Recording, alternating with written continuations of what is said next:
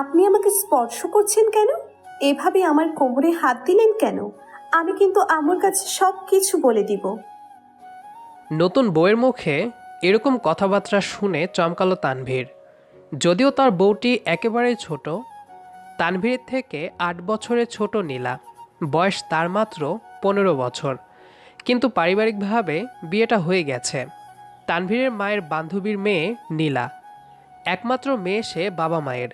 কিন্তু নীলার বাবা তাদের রেখে পরপারে পাড়ি জমালো গত বছর। সেজন্য এত তাড়াতাড়ি মেয়েটাকে বিয়ে দিয়ে দিলেন নীলার মা। নীলা, আমি তোমার স্বামী, আর আজকে আমাদের বাসরাত। আমি তোমাকে না স্পর্শ করলে কিভাবে আদর করব? তানভীর নীলাকে বোঝানোর চেষ্টা করছে, কিন্তু নীলা বুঝতে চাইছে কই। তানভীরকে ধাক্কা দিয়ে কিছুটা দূরে সরিয়ে দিল নীলা। কোমরে হাত দিয়ে চোখ রাঙিয়ে বলল, ফাজলামি করার জায়গা পান না মশাই। আদর করতে গেলে এরকম কোমরে হাত দেওয়া লাগে? কপালে চুমু খেলেই তো আদর হয়ে যায়। আম্মু তো আমাকে আদর করে মাঝে মধ্যে। কই উনি তো কেবল জড়িয়ে ধরে কপালে চুমু খান। নীলার বোকা বোকা কথায় হাসল তানভীর। একটু দূরে সরে বসল সে। পিচ্চি বউকে বোঝাতে হবে সব কিছু। জোরাজোরি করলে ঝামেলা, শেষে চেঁচামেচি করলে লজ্জায় থতমত খেতে হবে তানভীরকে। ঠিক আছে, আসো তাহলে জড়িয়ে ধরে কপালে একটা কিস করি। নীলা চোখ পিটপিট করে তাকালো তানভীরের দিকে। লোকটা সত্যি সত্যি ভালো তো, নাকি দুষ্টু লোক? কেন ওর মা একটা পরপুরুষের সাথে থাকতে বলল তাকে? নীলাকে চুপ করে থাকতে দেখে তানভীর আবারও বলল, কি হলো, এসো, কপালে চুমু খেয়ে আদর করে দিব একটু। নীলা এগোচ্ছে তানভীরের দিকে, কিন্তু সন্তোষ চিত্তে নয়। কেমন কেমন করছে একটা, ভয় ভয় করছে নীলার। এসেছি, কিন্তু শুধু কপালে চুমু খেয়ে সরে যাবেন। আমি ঘুমাবো এখন, অনেক রাত হলো। বেশ, ঘুমাও তাহলে। তানভীর নীলার কপালে আলতো করে কিস করলো একটা। নীলা একটু নড়াচড়া করছে বটে, কিন্তু তানভীর সেসবে পাত্তা দিল না। আরও একটা চুমু খেলো বউয়ের কপালে। ফলশ্রুতিতে রেগে গেল নীলা, দিল এক চিৎকার। ও মাগো, এই অসভ্য লোকটা আমাকে আরো একটা চুমু খেলো। তানভীর ভয়ে মুখ চেপে ধরল নীলার। নীলা মারল তানভীরের হাতে কামড়, তবুও দাঁতে দাঁত চেপে সহ্য করে রইল ছেলেটা। মানিজ্জত কিচ্ছু থাকলো না। কি করছো নীলা? এখনই মা বাবা এসে যাবে, মানিজ্জত কিচ্ছু থাকবে না আমার। তানভীর কিছুটা রেগেমেগে বলল। নীলা তাতে কোনো হেলদোল নেই। এর মধ্যেই দরজায় ঠক ঠক আওয়াজ করে তানভীরের মা জোরে জোরে বলে উঠলেন, তানভীর, তানভীর, কি হয়েছে নীলার? ও চিৎকার চেঁচামেচি করছে কেন? দরজা খোলতো। তানভীর নীলার দিকে চোখ রাঙিয়ে তাকালো, ফিসফিস করে বলল, তোমাকে মানা করেছিলাম, এখন কি বলবো আম্মুকে? লাজ লজ্জা তো তোমার নেই, আমারটাও রাখলে না। নীলা কিছু বুঝতে পারল না, শুধু চুপচাপ তাকিয়ে আছে। তানভীর দ্রুত গিয়ে দরজা খুলে দিল। দরজা খোলা মাত্র তানভীরের মা শারমিন ভেতরে ঢুকে পড়লেন। নীলা একইভাবে বিছানায় বসে আছে। শারমিনকে দেখে বিছানা থেকে উঠে গিয়ে তার পাশে দাঁড়ালো নীলা, যেন হাঁপ ছেড়ে বেঁচেছে মেয়েটা। কি হয়েছে তোর? অমন চিৎকার করলি কেন? ভয় করছে নাকি? আন্টি আন্টি, তোমার ছেলে আমাকে বেশি আদর করতে চেয়েছিল, তাই আমি চেঁচিয়ে উঠেছিলাম। তুমি একটু বলো তোমার ছেলেকে, আর যেন আমাকে বেশি চুমু খেতে না আসে। শারমিন কেসে উঠলেন। তিনিও লজ্জায় থতমত খেয়ে গেছেন। তানভীর রাগে লজ্জায় ঘর থেকে বেরিয়ে গেল। বেচারা তানভীর, মায়ের সামনে দাঁড়িয়ে থাকা কি আর সম্ভব ছিল? নীলা, এরকম আর কখনো করবি না। দেখ তো, তানভীর রাগ করে বেরিয়ে গেল, ঘর থেকে বেরিয়ে গেল। গেলে গেল, তাতে আমার কি? আমি তো ঠিকই বলেছি। শারমিন নিজের কপালে নিজেই চড় মারলেন। এত ছোট মেয়েকে কেন যে বিয়ে করাতে গেল ছেলের জন্য? নীলাকে ঘুমাতে বলে ঘর থেকে বেরিয়ে গেলেন তিনিও। নীলা একা একা বিছানায় শুয়ে আরামসে ঘুমিয়ে গেল। এভাবে কেটে গেল কয়েক মাস। এর মধ্যে তানভীর আর কখনো নীলার সাথে এক ঘরে শয়নি। মনে মনে পণ করেছে সে যতদিন না নীলা স্বামী স্ত্রীর সম্পর্কের মানে না বুঝতে পারবে ততদিন নীলার সাথে থাকবে না। শারমিন এ নিয়ে কিছু বলতে পারেনি ছেলেকে, বলার মতো কিছু নেই। ওরকম চেঁচামেচি করলে যদি আশেপাশের লোকজন আসে বাড়িতে তখন, সেজন্য সময়ের ওপর ছেড়ে দিয়েছি। দিন যাচ্ছে তার আপন গতিতে, সব কিছু বদলে গেছে সেই সাথে। নীলা আগের থেকে একটু বুঝদার হয়েছে। সব কিছু না বুঝলেও এতটুকু বোঝে বিয়ের পর স্বামী স্ত্রী এক ঘরে থাকতে হয়, কিন্তু তার স্বামী থাকছে না। তাই রাতে খাওয়া দাওয়া শেষে তানভীরের রুমে গেল নীলা। তানভীর বাড়ির অন্য ঘরে থাকে। নীলাকে দেখে তানভীর জিজ্ঞেস করে, কি ব্যাপার, হঠাৎ এই ঘরে এলে যে? কিছু লাগবে? না, কিচ্ছু লাগবে না। আপনি আমার সাথে এক ঘরে থাকবেন আজ থেকে। নীলার কথা শুনে তানভীর চমকালো একটু, কিন্তু সেটা বুঝতে দিল না নীলাকে। আগে দেখুক ঠিক কি বলতে এসেছে মেয়েটা। কেন? তোমার ঘরে থাকবো কেন? আবারও যাতে আমার মায়ের সামনে আমার মানিজ্যত ডোবে সেজন্য? আপনি আর চুমু না খেলেই হয়। চুমু খাওয়া লাগবে একসাথে থাকলেই। হ্যাঁ, আমার লাগবে। চুমু খাওয়াই লাগবে আমার। যতদিন চুমু সহ্য করতে না পারবা ততদিন আর আসবা না, মনে থাকে যেন। তানভীরের কথায় চুপ করে গেল নীলা। কি বলবে আর? শাখের করাতে পড়েছে নীলা, তবুও শেষবারের মতো বলল, স্বামী স্ত্রী সবসময় একসাথে থাকতে হয়, এভাবে আলাদা আলাদা নয়। স্বামীকে তাহলে আদরও করতে দিতে হয়, ওভাবে বলদের মতো চেঁচাতে হয়? তানভীরের কথার সাথে পেরে ওঠে না নীলা। অগত্যা চুপচাপ ঘর থেকে বেরিয়ে গেছে নীলা। এভাবেই কাটতে রইল সময়।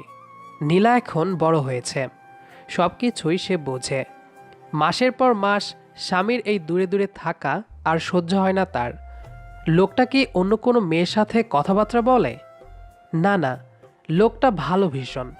এরকম অনেক চিন্তা করে নীলা। আজকে দুপুরে তানভীর বাসায় এলেই সে নিজের ঘরে নিয়ে যাবে তাকে, নয়তো নিজেই তানভীরের রুমে থাকবে। দুপুরবেলা চারিদিকে রোদ আর রোদ, গরমে অতিষ্ঠ সবাই। তানভীর অফিস থেকে ফিরে গোসল সেরে খেয়ে নিল। নীলা আগেই খেয়ে নিয়েছিল। তানভীর খাচ্ছে। নীলা জিজ্ঞেস করল, আর কিছু লাগবে আপনার? তরকারি আরেকটু দিব? না, কিছু লাগবে না, আর খাবো না। গরম লাগছে ভীষণ। ঘরে গিয়ে শুয়ে প্রাণ জুড়িয়ে নেব। আচ্ছা ঠিক আছে। তানভীর হাত ধুয়ে নিল, তারপর নিজের ঘরের দিকে এগোলো। শারমিন আক্তার আগেভাগে খাওয়া দাওয়া শেষ করেছিলেন। নীলা সব বাসনকোসন ধুয়ে পরিষ্কার করে তারপর তানভীরের ঘরে গেল। তানভীর বিছানায় শুয়ে ফোনে রিলস দেখছে। নীলা আস্তে করে এসে পাশে বসলো তানভীরের। কি হয়েছে, কিছু বলবা? আমি এখানেই শোবো আজ থেকে। না, তুমি তোমার ঘরে যাও, এখানে শোয়ার দরকার নেই। কেন? আপনি আমার স্বামী, আমার আপনার সাথে থাকার কথা। স্বামী হিসেবে মানতে পারবে? তুমি তো বোঝোই না সম্পর্কের মানে। আমি কি আগের মতো ছোট আছি? সব কিছুই পারবো এখন। স্বামীকে সহ্য করতে পারবে? অসভ্যতা সহ্য করতে পারবে? হ্যাঁ পারবো। তানভীর উঠে বসলো বিছানার থেকে। নীলার দিকে তাকালো।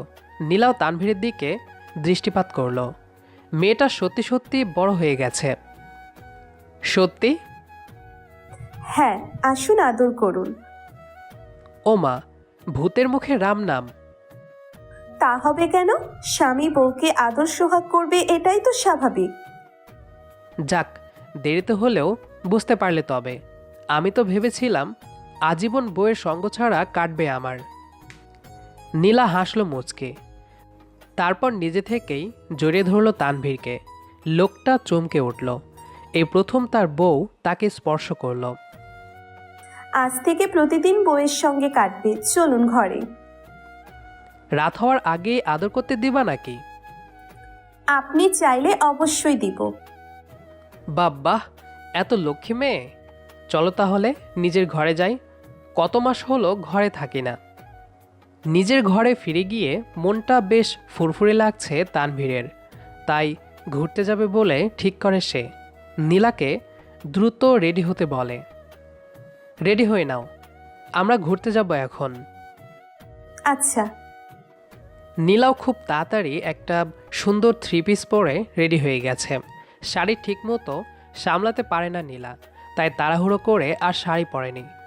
বিকেলের মোলান রোদে দুজন দুজনের হাতে হাত রেখে রিকশায় বসে আছে নীলা ও তানভীর। আজকে যেন নতুন করে জীবন শুরু হলো দুজনের। চারদিকে কত শত দম্পতি নজরে আসতো তানভীরের, সেসব দেখে আফসোস হতো তার, কিন্তু আজ আর কোনো আফসোস নেই। শুনুন, আমার ফুল লাগবে। রাস্তার ওই পাশে দেখুন কতগুলো ফুলের দোকান। নীলার কথাই সেদিকে তাকালো তানভীর। রিকশাও থামলো সেদিকে। রিকশা ভাড়া মিটিয়ে ফুলের দোকানের সামনে এসে দাঁড়ালো দুজন। কি ফুল লাগবে তোমার? সাদা সাদা ফুলগুলো। রজনীগন্ধা ওগুলো? আঙ্গুল উঁচিয়ে ইশারা করে জিজ্ঞেস করলো তানভীর। নীলা মাথা নেড়ে হুঁ বলল। দোকানদারকে বলে কিছু রজনীগন্ধার গুচ্ছ কিনে নিল তানভীর। তারপর গেল দুজনে চটপটি খেতে। নীলা ভীষণ ঝাল খেতে ভালোবাসে, তানভীর আবার ঝাল টাল খেতে পারে না। চটপটি খাওয়া শেষে দুজন বসে বসে বাদাম খেতে খেতে আড্ডা দিল কিছু সময়। সন্ধ্যা পর্যন্ত ঘোরাঘুরি আর খাওয়া দাওয়া করে রাতে বাসায় ফিরল তানভীর ও নীলা। ছেলে ও তার বউকে এভাবে একসাথে হাসি মুখে বাসায় ফিরতে দেখে মনে মনে ভীষণ খুশি হয়েছেন শারমিন। ফ্রেশ হয়ে রাতে নীলা রান্নাঘরে তরকারি গরম করতে আসে। নীলাকে রান্নাঘরে আসতে দেখে শারমিন আক্তার ডাকলেন। নীলা, এইদিকে আয় তো। হ্যাঁ বলো মা। তোর আর তানভীরের সম্পর্কে কি উন্নতি এসেছে? মানে ও তোকে ভালোবাসে তো? হ্যাঁ মা, তুমি দোয়া করো আমাদের জন্য শুধু। শাশুড়ির পায়ে হাত দিয়ে সালাম করলো নীলা। শারমিন নীলার মাথায় হাত বুলিয়ে দিচ্ছে। আমার দোয়া সব সময় তোদের সাথে থাকে রে মা। যা ঘরে যা, তানভীর অপেক্ষা করছে। শাশুড়ির মুখে এরকম কথা শুনে লজ্জা পেল মেয়েটা। ঘরের দিকে চলে গেল সে। শারমিন আক্তার একা একাই হাসলেন একটু। সন্তানরা সুখে থাকলে মায়েরাও সুখী হয়। এত দেরি করে এলে কেন ঘরে? কতক্ষণ ধরে অপেক্ষায় ছিলাম। তানভীর নীলাকে দেখে অভিমানী সুরে জিজ্ঞেস করল। কাজ ছিল তো, এর জন্য দেরি হয়ে গেছে। সরি, খুব খুব সরি। নীলা বিছানার একপাশে গিয়ে বসল। তানভীর নীলার কাছাকাছি এগিয়ে বসে আলগোছে কোলে মাথা রেখে শুয়ে পড়ল নিজে। আরে ব্যাপার না, এসব সরি টরি বলতে নেই। আর বইল না প্লিজ, এখন তো আমার বউ এসে গেছে। বউ না, পিচ্চি বউ। আমি মোটেও এখন পিচ্ছি নেই। আগে তো ছিলে, কম হয়রান করনি। সেসব বাদ দিন, আপনি আমাকে ভালোবাসেন? তোমার কি মনে হয়? মাঝে মধ্যে মনে হয় আপনি আমাকে ভালোবাসেন, আবার কখনো কখনো মনে হয় বাসেন না। কেন মনে হয় ভালোবাসি না? ভালোবাসলে এতগুলো দিন একা একা কিভাবে একবারের মধ্যে আলাদা ঘরে থাকলেন? ঠিক আছে, আমি বুঝিনি, কিন্তু তাই বলে নিজে থেকে আর বোঝাতে যাবেন না। আমার তো একটু একটু কষ্ট হতো। সময় সব কিছু শিখিয়ে দেয়। তুমিও শিখে যাবে আমি জানতাম। তোমার নিজস্ব উপলব্ধির অপেক্ষায় ছিলাম আমি। জোর করে বোঝাতে গেলে আরও পরিস্থিতি বিগড়ে যেত, সেজন্য কিছু বলিনি। এমনিতেই আমি শান্তিপ্রিয় মানুষ। নীলা তানভীরের চুলের মধ্যে আঙ্গুল ঢুকিয়ে বিলি কেটে দিচ্ছে আর কথা বলছে। বুঝলাম। তানভীর নীলার শোয়া থেকে উঠে বসল। জানালা দিয়ে চাঁদের আলো ঘরে ঢুকছে। নীলাকে আস্তে করে বিছানায় শুয়ে দিল সে। নীলা চুপ করে আছে। বহুল প্রতীক্ষিত মুহূর্ত আসতে চলেছে তার জীবনে। তানভীর নীলার গলায় কিস করল, তারপর থুতনিতে গালে এক এক করে সমস্ত চেহারায় চুমুতে ভরিয়ে দিল। নীলা চুপচাপ আছে। তানভীরও নীলার পাশে শুয়ে বলল, দেখেছ বাইরে কত সুন্দর চাঁদের আলো? তা দেখিনি, তবে আমি আপনাকে দেখেছি। মাশাল্লাহ। ইস, আমার বরটা এত এত কিউট কেন দেখতে। তানভীর হাসল জোরে। নীলা দিল মুখ ভেংচি কেটে। আমার বউ সুবিধা, এজন্য আমিও সুন্দর, বুঝলে? কি সব উল্টোপাল্টা লজিক দিচ্ছেন আপনি?